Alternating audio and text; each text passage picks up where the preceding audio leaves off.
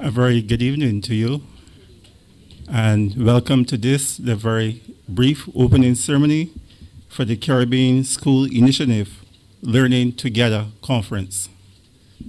My name is Patrick Knight. I'm the Communications Specialist at the UNICEF Eastern Caribbean office, and I'll be taking you through this afternoon's ceremony. Now, during the month of September 2017, a short 8 months ago, the Caribbean region was impacted by two powerful hurricane systems, Irma and Maria. I really don't need to remind you of them and the damage they caused.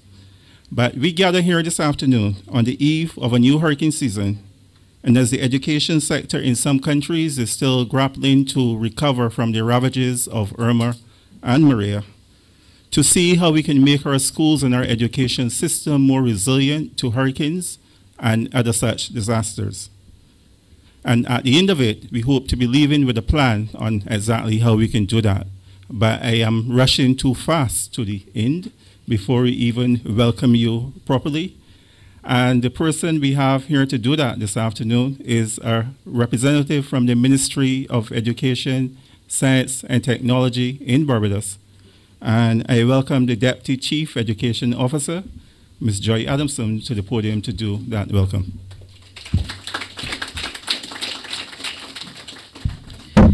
Thank you, Patrick. Dr. Kamarogai, I just want to make sure I pronounce the name right. UNICEF representative of the Eastern Caribbean area.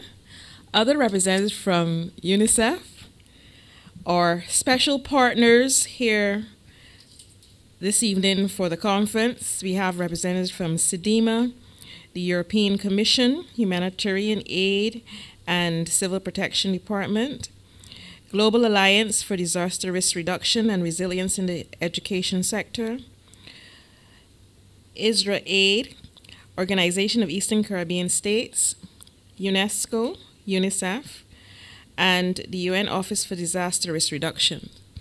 I understand that we also have persons from across the Caribbean, principals, other representatives from education institutions, and persons also from Barbados.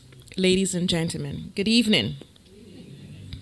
It is a pleasure to be here to welcome you on behalf of the Ministry of Education, Science, Technology, and Innovation to this Caribbean Safe School Initiative Conference with a theme, Learning Together. We are here to listen, to learn positive and successful programs and experiences with each other, to learn from each other regarding how we can protect these small ones and make sure that our schools are safe and that there are nurturing environments for our students. We heard Patrick speak just now about what happened in September, and I will share with you that I was in Tampa when Irma was approaching, and it was heading straight for Tampa. Now, I was born after 1955. Which is the last time that Barbados experienced a hurricane. We've had storms, and I know some of you, every year, you probably have experiences with hurricanes, but I was scared. And it so happened that the house that we were staying at in Tampa, the sister-in-law of our host was a principal of a school, and she had to be at that school from the time there was the warning and had to set up for the school, and I saw then what principals really had to do to prepare themselves for a hurricane. And if you remember Irma, it was heading straight for Tampa. And we were trying to get out of the United States and come back to Barbados, where I thought it was going to be safe. And it so happened that it was the last flight before ours that got canceled. And I was at Miami airport with thousands of persons trying to get out of Miami. And my husband said, we are not staying in Miami because it's coming from Miami too. So we decided, okay, let us go back to Tampa. And we drove back that night and got back to Tampa at 3 a.m. in the morning. And as luck would have it, it shifted and it went further My direction geography people will tell me, but it went further inland and didn't come up the coast as it was intending to. But I saw the preparation that they did in the States and what they had to do to prepare, and persons panicking, literally panicking. We had gasoline going out, we had persons not having water, and we had to drive around a lot for water. So I kind of experienced partially, but we didn't have a direct hit, what it was like to experience a hurricane. My husband works for Emera, and I think the Dominicans in the room might be familiar with Emera. They own the Domlet Electricity Company and also Barbados Light and Power, and they have other affiliates from Canada. And every 2 or 3 weeks, he would go down. He's currently in St. Vincent now working, and he bringing back the reports. And it is not easy. And I know that we're going to be hearing the reports from some of our territories that would have experienced those 2 or 3 hurricanes that affected us in September. And we here in Barbados, we always say that we are behind God's back, but we don't know what will happen next year. We don't know what will happen tomorrow. And therefore, I look forward to this workshop, this conference, this a time for us to share our experiences, to learn from each other, and put plans in place that we, as a region, can prepare as best we can, because only the Lord will know what will happen at any particular point in time. We have hurricanes to prepare for, we have floods, we have landslides, we have fires, we have volcanoes.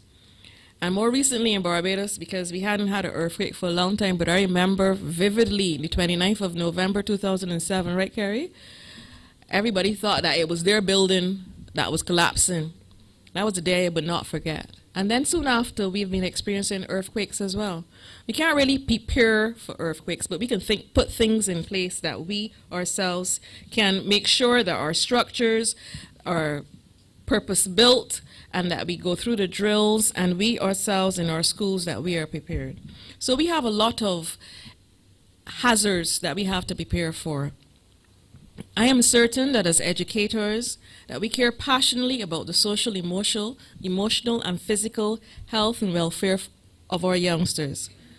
Together, we are on a quest for safety. So over the next 2 days, let us share our experiences. Let us gain new knowledge, let us develop plans, and let us work together to develop safe schools for our students. It would be remiss of me, and I am sure that the Minister of Education and my Chief Education Officer, who wanted to be here but could not be here this evening, for me to leave without telling you, make sure that before you leave, you experience Barbados. This is for our overseas visitors.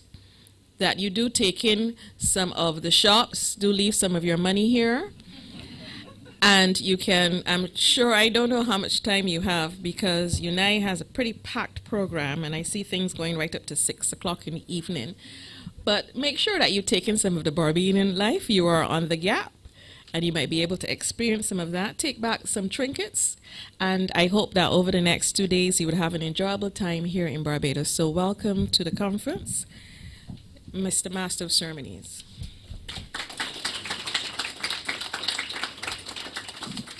Okay, thank you very much for that very warm welcome, Ms. Giddens. And I'm sure you could have invited them as well to take in some of the political activity that is that is the main feature these past few weeks. Now, when I was at school many years ago, one of the things we were told is that many hands make light work. And you can see from the many partners that are associated with this initiative, there's many partners coming together for that one common goal to make our education sector safer. And it gives me great pleasure now to introduce one of those partners, the Deputy Executive Director, yes, at the Caribbean Disaster Emergency Management Agency, Ms. Elizabeth Riley.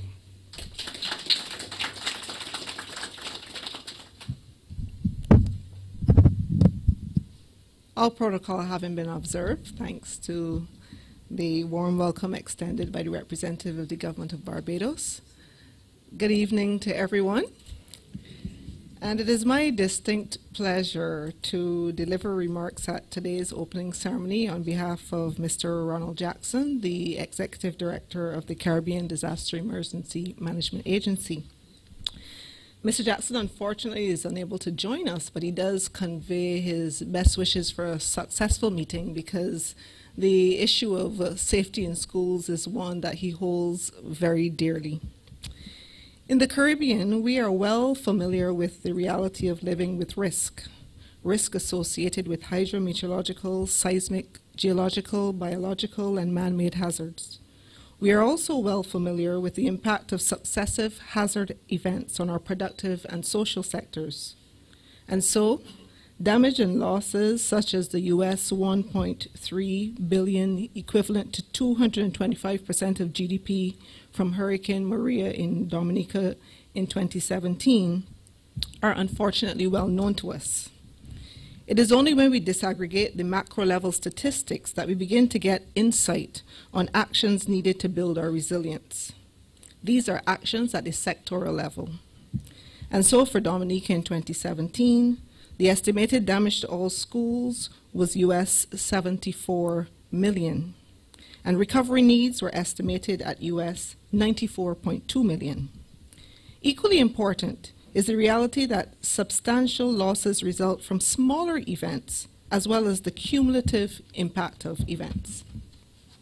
Today we have the unique opportunity to analyze the impact of 2017's catastrophic events on the education sector in impacted states.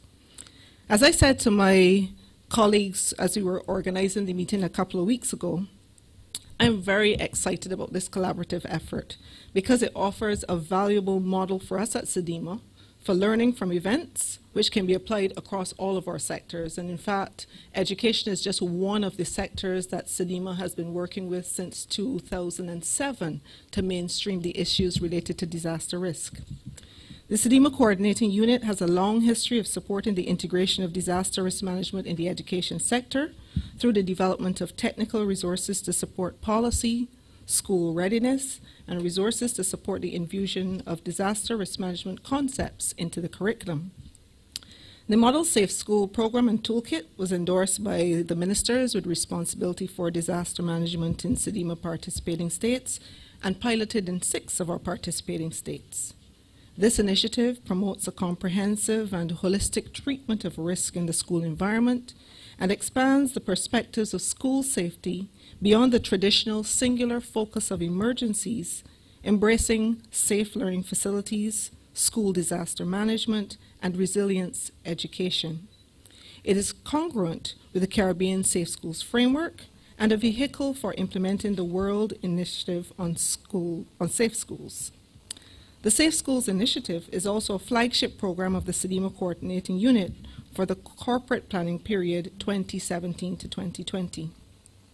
As we share, learn, and plan over the next 2 days, there are 2 areas that I encourage you to reflect on. The first is sector ownership and leadership. These are critical ingredients if we are to build resilience in the education sector. Our regional strategy on comprehensive disaster management 2014 to 2024 speaks to the management of all hazards through all phases of the disaster management cycle by all people, public and private sector, all segments of civil society, as well as the general population. CDM emphasizes sector leadership. Considerations of disaster risk are to permeate to our social and economic sectors. The establishment of the CDM Coordination and Harmonization Council tangibly demonstrates sector-led mainstreaming of disaster risk management. Within the Council, the University of the West Indies Disaster Risk Reduction Centre provides leadership at the regional level in the education sector. And I believe Dr. Barbara Kirby from the University of the West Indies, I know she's been invited. Maybe the flights from Jamaica haven't come in as yet. Okay, so from a national perspective, however, you're probably thinking through on this whole issue about sector leadership. And from our perspective, what it suggests is, first of all, empowerment of education sector actors at all levels through strengthening your capacity for addressing disaster risk. And secondly, institutionalization of the issue of resilience. And this involves actions related to strengthening the enabling environment related to policy and legislation, and translating this into programs, plans, and practice along with supporting budgets. And I'll repeat that, along with supporting budgets. The second area is how can we best leverage partnerships to successfully build resilience in the education sector. It is clear that mutually beneficial collaborative efforts are required if we are to be effective. Collaboration with line ministries within government, private sector, non-governmental organizations, as well as development partners. At the regional level, the value of partnerships on this journey is well recognized. In fact, on April the 30th of this year, a number of the Safe School partners met at the CDEMA Coordinating Unit, and many of those partners are here to chart the way forward for better collaboration, coordination, and effectiveness in support of you, our participating states. These discussions built on institutional strengths and mandates, and we as partners urge the same action at the national level. Under CDEMA's current collaboration with the Caribbean Development Bank, and this is with funding through the ACP EU Natural Disaster Risk Management in CARIFORUM Countries Program. Yes, that's actually the name of the program. We're going to be looking to do three key things. The development of national school safety policies and programs will be developed in 4 countries. That's Antigua and Barbuda, Dominica, St. Kitts and Nevis, and St. Lucia. We'll also be supporting the training of personnel in school safety assessment and conducting hazard assessment for schools. And this will take place in 31 schools across 6 of our participating states. In addition, we will be supporting countries in the development of action plans in support of the Safe Schools initiative, and certainly the roadmaps that we'll be developing on day 2 of this workshop will be an important feed into that process. In closing, therefore, I wish to extend thanks to our Safe Schools partners and co-conveners of the meeting. These are the UNISDR, UNICEF, UNESCO, the OECS Commission, IsraAid, and the Global Alliance for Disaster Risk Reduction and Resilience in the Education Sector. And of course, we have to recognize the financial contributions through the EU Civil Protection and Humanitarian Aid. I also wish to extend a special thank you to you, the delegates, for your commitment to champion the Safe Schools agenda at the national level. Our project coordinator on the CDB project, Dr. Carrie Ann Thompson, is here, and she has given me excellent reports in terms of the level of enthusiasm, support, and commitment that has come through from the initiatives at the national level. And I want to assure all of you that the CDEMA Coordinating Unit remains committed to working with you in supporting our participating states in building a resilient education sector for tomorrow. Thank you.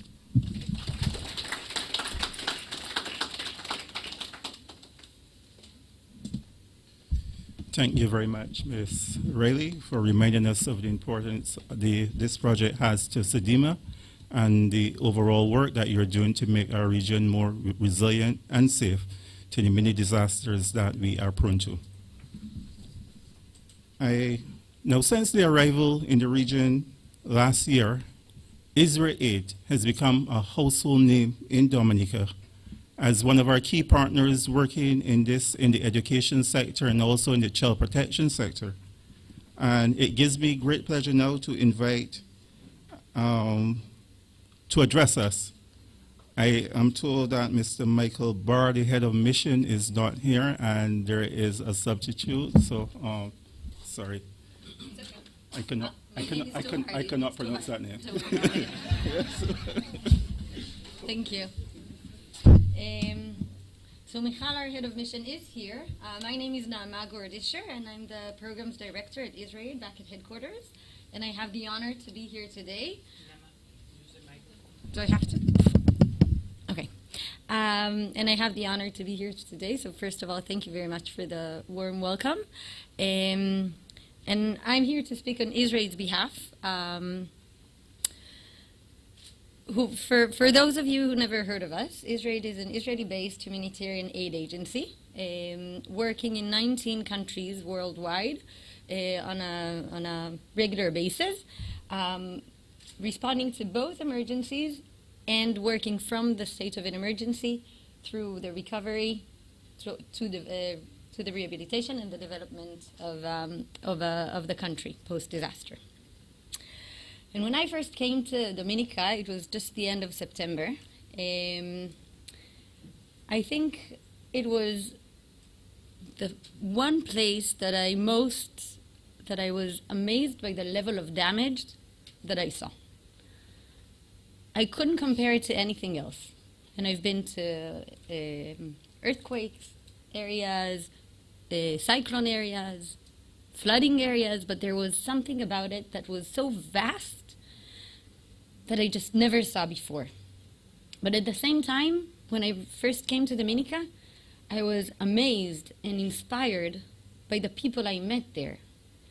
Because from any community member through the community leadership, all the way up to the government that we've worked with, I realized that everybody's just putting their personal needs aside and are coming together to work to make Dominica great again.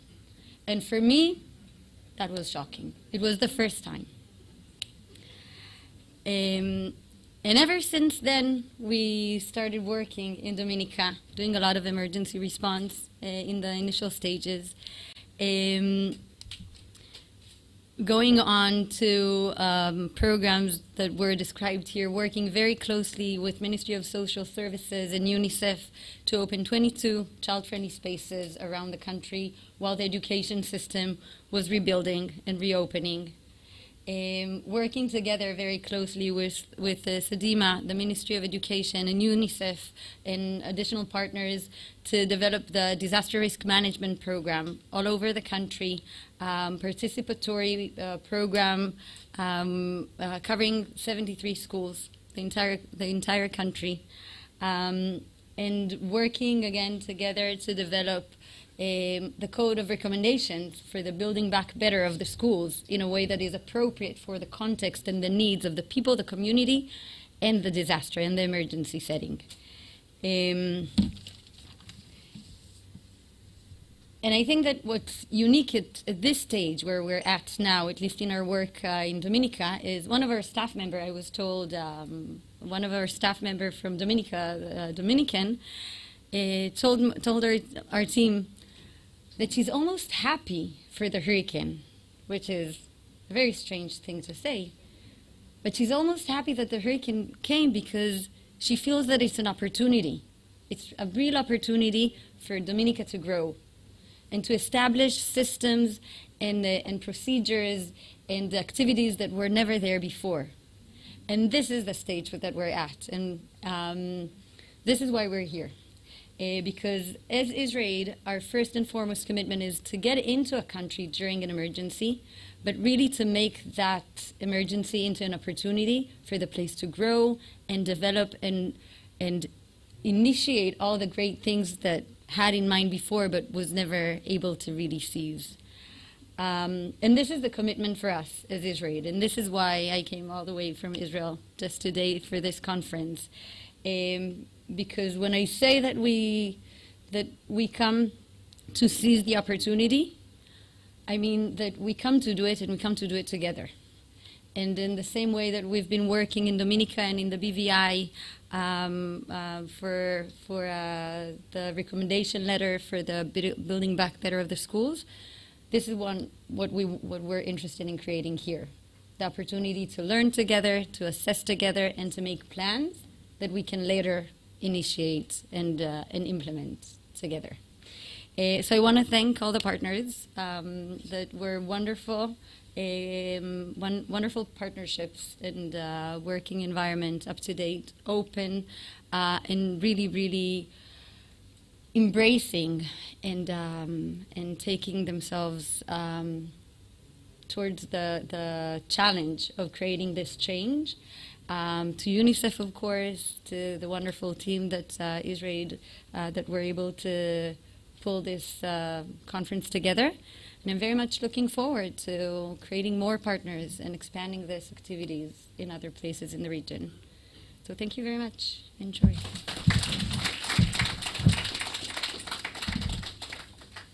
Okay, thank you very much, and we're happy to hear of the progress that's being made in rebuilding Dominica better, and I'm sure we'll be drawn on those experiences as we go through this conference on how the good things that are being done there could be replicated throughout the region in the upcoming season and beyond.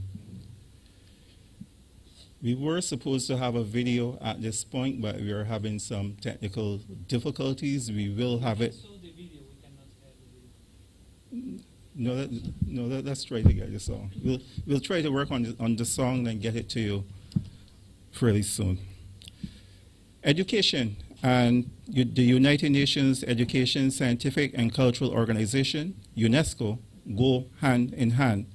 And so any efforts to make schools safer must of necessity involve them. We are happy now to invite a representative of UNESCO, Angels Lucille, and I hope I pronounced the name correctly. You're really trying my my skills this evening. Thanks. Thank you for your warm welcome. Good evening, ladies and gentlemen. It is a pleasure for me to be here. So my name is Lucille Angles, and I'm here for UNESCO as the coordinator for the Global Alliance for Disaster Risk Reduction and Resilience in the Education Sector. And as many things have been already said and accurate things, I will just say that it's for me a great pleasure to be here to assist to this conference. As I think that this conference will be able that we can learn it from each other from the recent events, and that we will be able to strengthen our efforts to ensure school safety. So that I trust that this conference will be able to have a better understanding of the recent events, and that we will be able to identify key practical solutions to reduce disaster risk in the education sector. So I wish us all a very successful conference, and I thank you very much for your attention.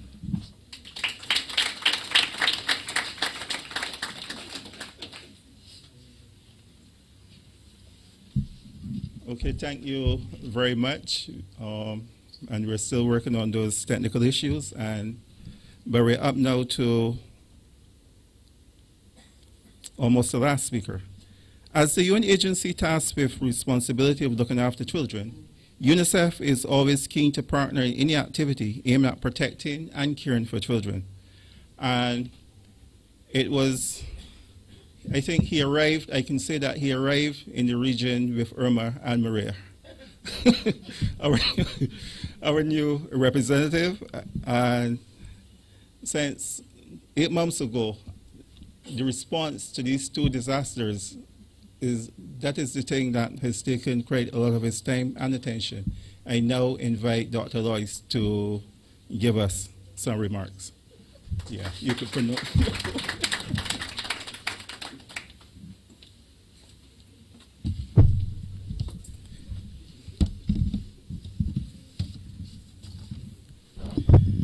Yeah, thank you, Patrick. Your comments remind me an anecdote. Of course, I arrived on 6th September. I remember from Miami, the pilot was telling the passengers, I was among those passengers with my family, my spouse and my daughter, that he had to skate around the hurricane. And I have to recognize, to confess that I was a little bit scared, but eventually we landed in Barbados, and it was my first time in Latin America and the Caribbean. I had no clue at all about that region. Of course, it was a kind of baptism of fire. But definitely, the experience was great. I'm really grateful that I had that opportunity to be part of the response. So all protocols respected, observed, dear colleagues, dear participants, ladies and gentlemen, good evening. I join my predecessors to welcome you to this important lessons learned workshop on our humanitarian response to the hurricanes that struck and devastated several Caribbean countries and territories in September last year. This is a critical exercise. We need to identify, agree on the lessons, and know how to apply them so we are ready for the coming hurricane season, which is nearly upon us. I take this opportunity on behalf of UNICEF to recognize and commend your contribution to the immediate response to the emergency, as well as the recovery work that is still underway. I've been a witness. I visited the Commonwealth of Dominica in the aftermath of Hurricane Maria and recall the scenes of devastation with much of the social and economic infrastructure destroyed. I went back to Dominica 2 weeks ago and saw a completely different picture. No debris, the schools were up and running, the water and sewerage networks were rehabilitated, most of it. Life was back. That's good news, isn't it? Definitely. Within a few weeks of the hurricanes wreaking havoc across the Eastern Caribbean in Anguilla, Antigua and Barbuda, BVI, Dominica, and Turks and Caicos Islands, the overwhelming majority of children were back to school. And that gave hope, a sense of return to normality. This was possible thanks to your efforts, even though a good number of you were impacted directly or indirectly in one way or another. It was also possible thanks to our broad range of partners, including donors, that chipped in and provided their support. Please give a round of applause to yourselves and all partners, because the change, the progress you have seen, that was possible thanks to you on ground. Ladies and gentlemen,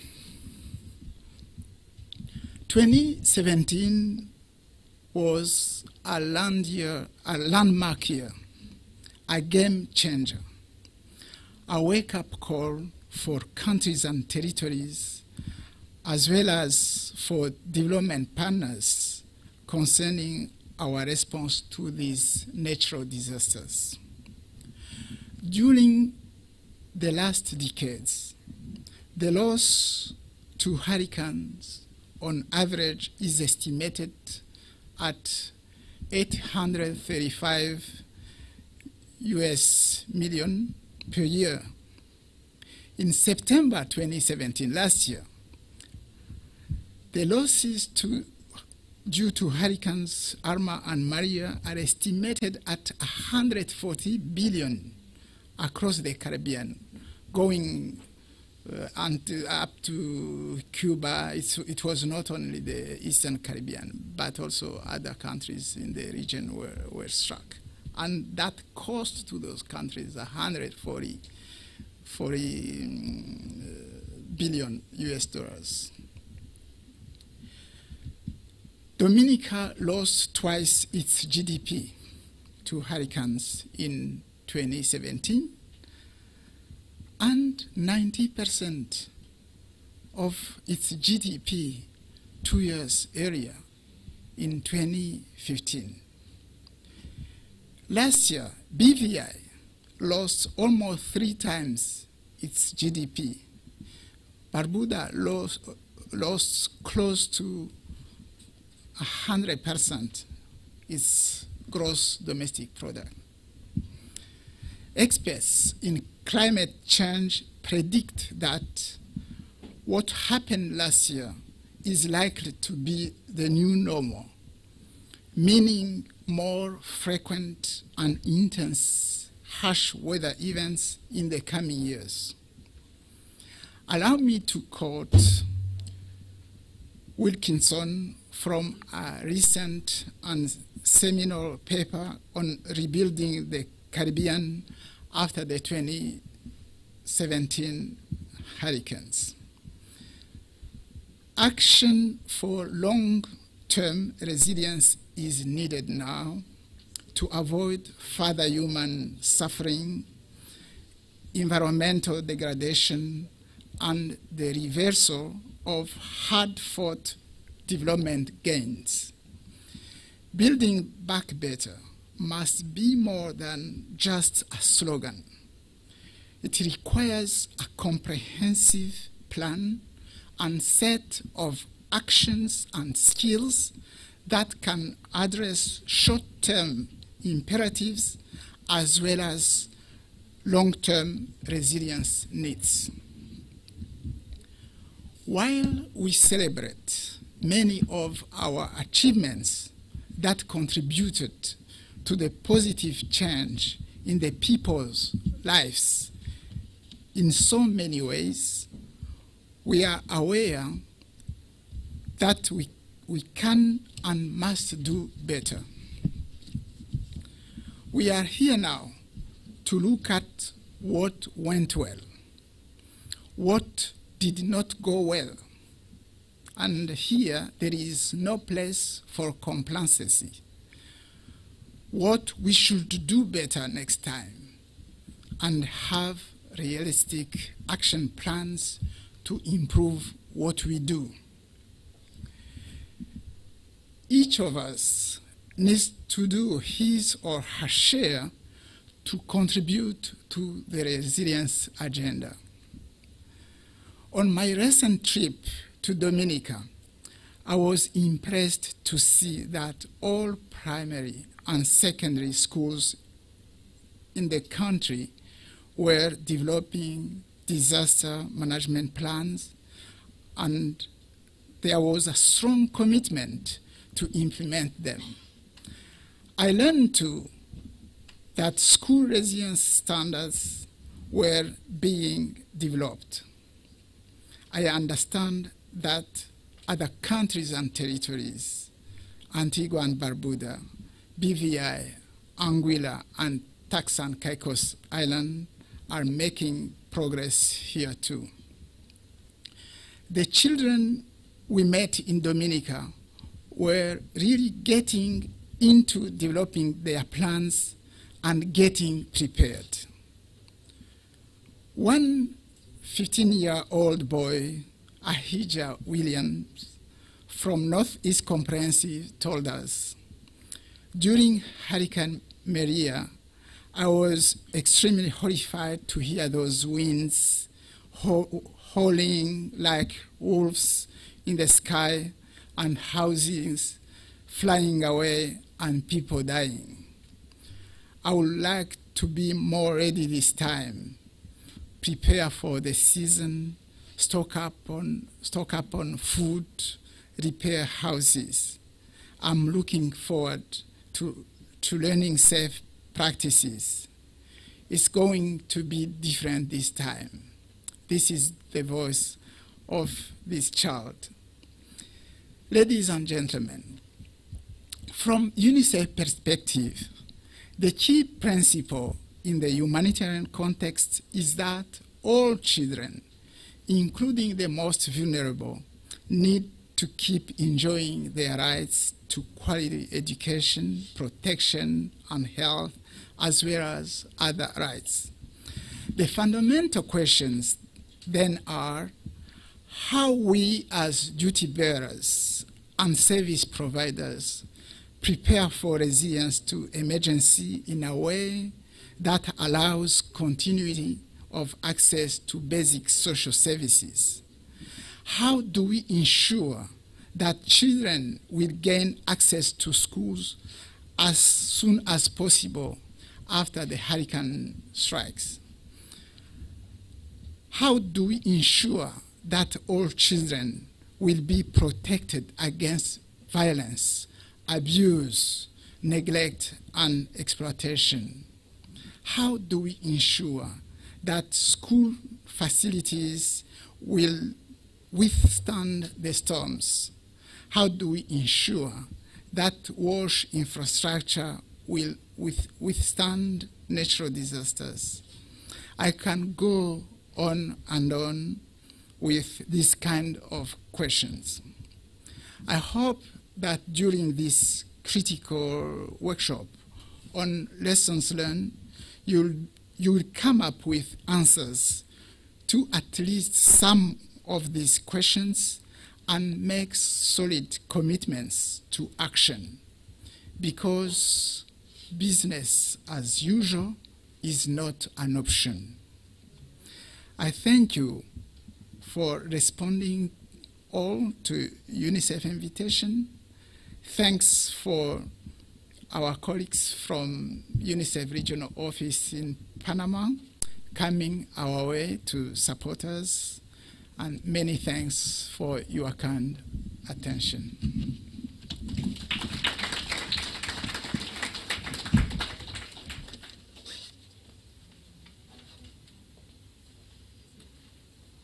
Thank you very much. And you would have heard of the work that's being done in schools to make them more resilient to disasters.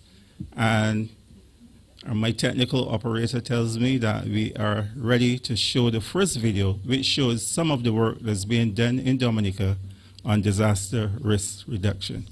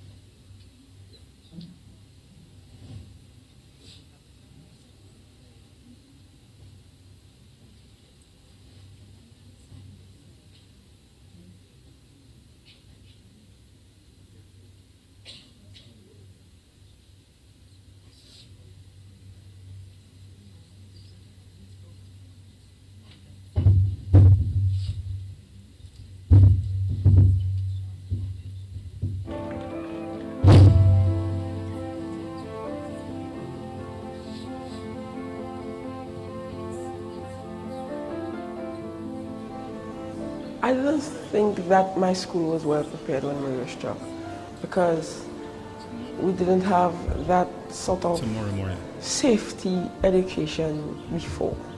What we want is that all our students have the knowledge of what the hazards are and how they can deal with it. We'll try to get that sorted out and try tomorrow and also understand what happens in the...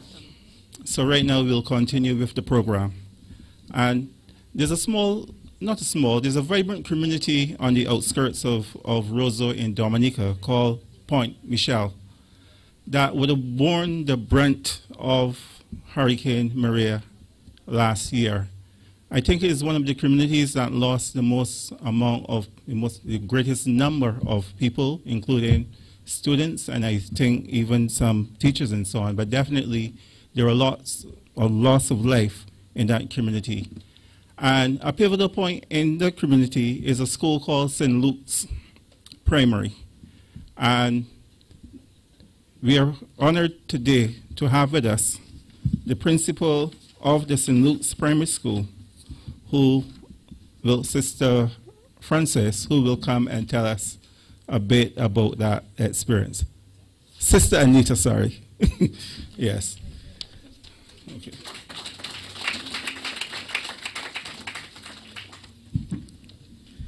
Protocol has been established. Ladies and gentlemen, good evening.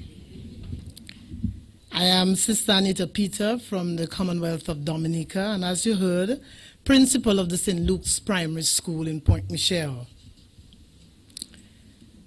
The horrifying phenomenon that invaded the privacy of the Dominican people, shattered dwelling houses, and scarred the spectacular pristine vegetation of our nature isle, left Dominicans in shock, enfeebled, confused, depressed, disoriented, fearful, powerless, helpless, and sadly for some, deceased.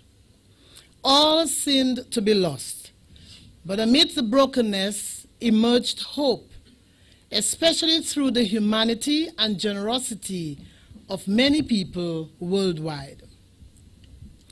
The infamous Category 5 Hurricane Maria, some say it felt like a Category 8, unleashed her fury like a bully on our tiny island of Dominica, ripped through and exposed the soul of our people.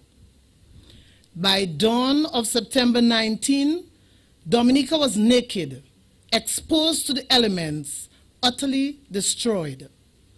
No one could have prepared adequately, and I doubt any anticipated this horrendous experience, not even the Office of Disaster Management.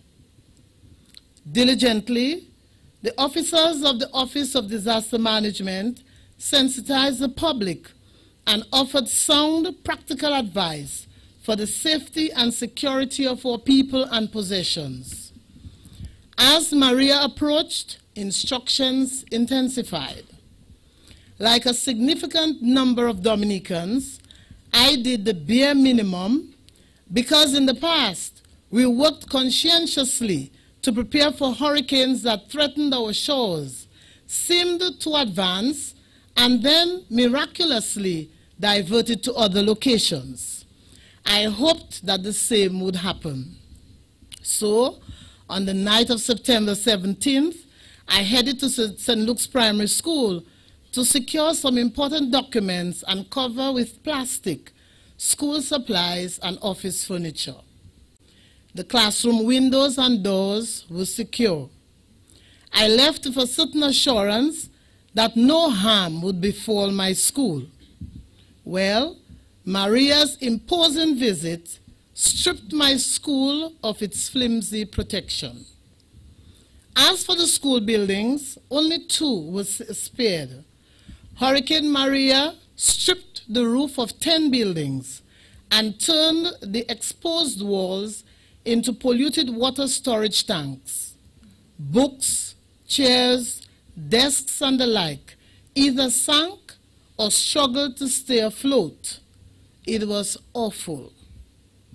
Most of my staff and students were adversely affected, traumatized, and impacted negatively by the winds and rain.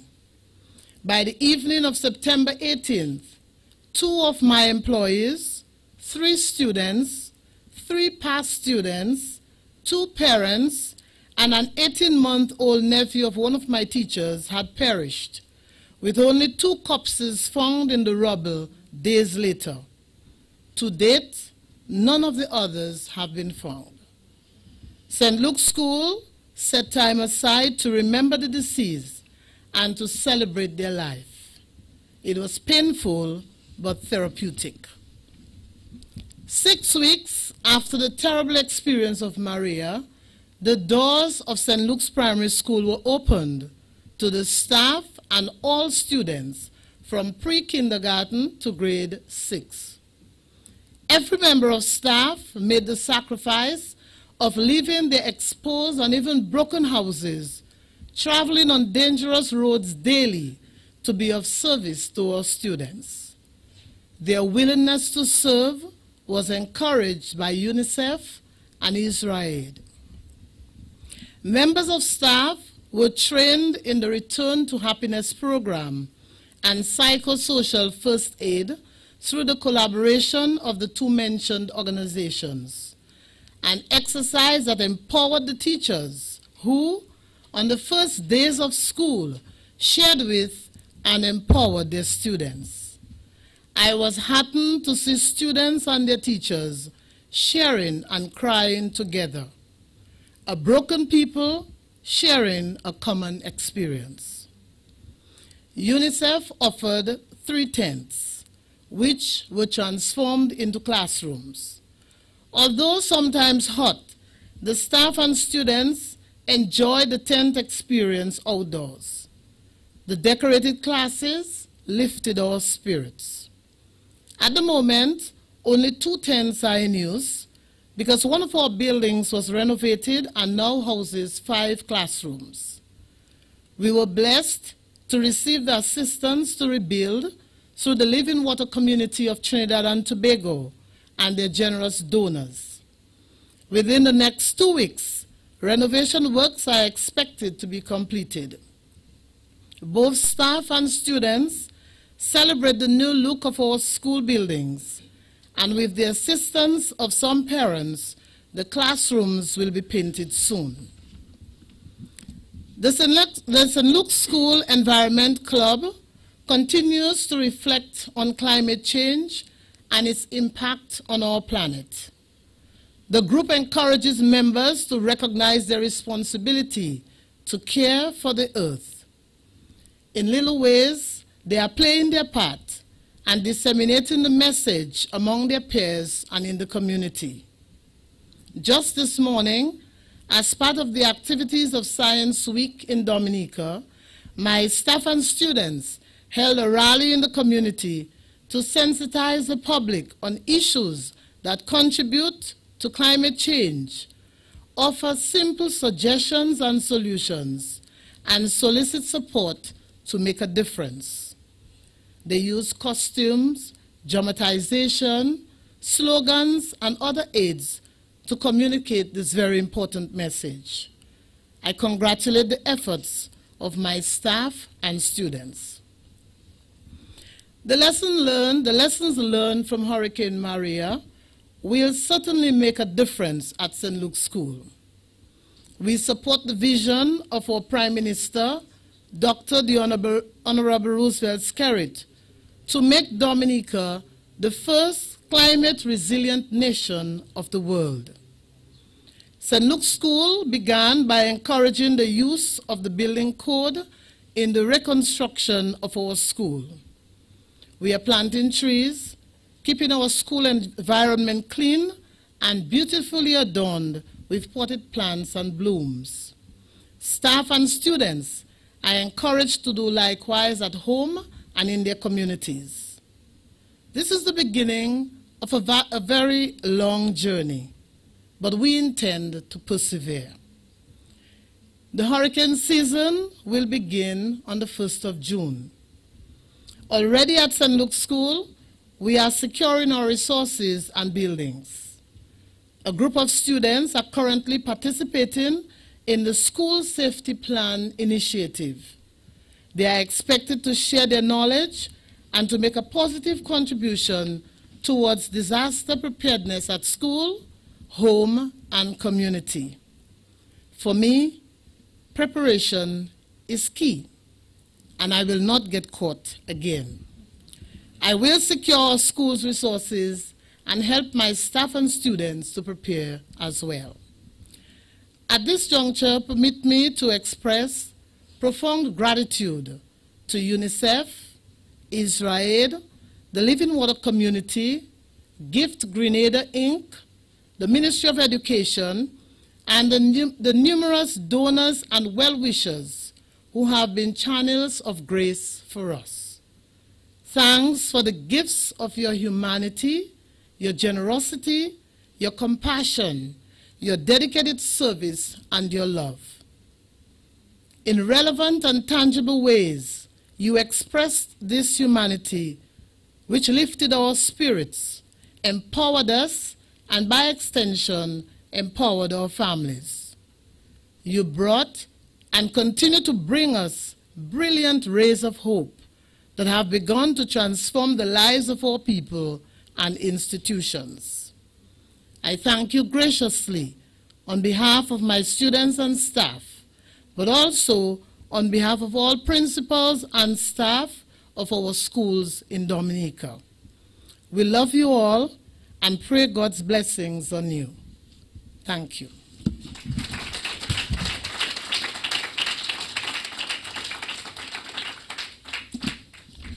Thank you very much, Sister Anita, for bringing us that very inspiring story. And every time I visit St. Luke's, I think I've gone there now about 4 times since the hurricane, and I'm always impressed with the changes, with the progress that I see each time. And I know it's your spirit and your leadership that we're seeing that those great strides at St. Luke's. We're now almost at the end of this brief ceremony, and all that is left for me to do now is to invite one of the chief coordinators, Unai Sukuna, to give the vote of thanks.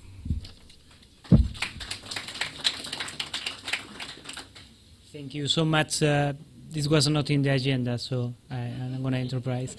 I just want to say thank you, everyone, for coming. We can do a competition tomorrow to see who faces the longest trip. I think Paris, but Turks and Caicos are still coming, so we need to check, because Turks and Caicos is also Jamaica, is also a challenge, and I live 5 minutes driving from here, so I can go into the competition. But thank you very much. I think what we listened today was very inspiring for all of us, especially Sister Anita, because she brings us the reality. And we have so many realities in our region, so many principals and school teachers who have been fighting the last 6-7 months. And this is why we are here. And we have 2 full days to discuss and to see how we can organize ourselves to support those schools. Because at the end, the important thing is that our kids are protected and they are learning in the schools. They are in a safe space. Thank you, everyone, especially to our partners of Israel, who have been organizing and doing all the logistics. I'm pretty sure you are already familiar with Haley, who has been sending emails all around the region, calling all around. So thank you very much, Haley, that's in the back. And of course, the rest of the team who has been involved.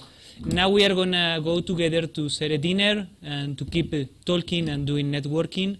We have around, let's see, 60, 70 people. Some of them are still coming, and 14 countries. So it's a great opportunity for learn from our own experience. And we will start tomorrow at 7 o'clock? No. 6? No. So yoga is going to be at 7 in the swimming pool.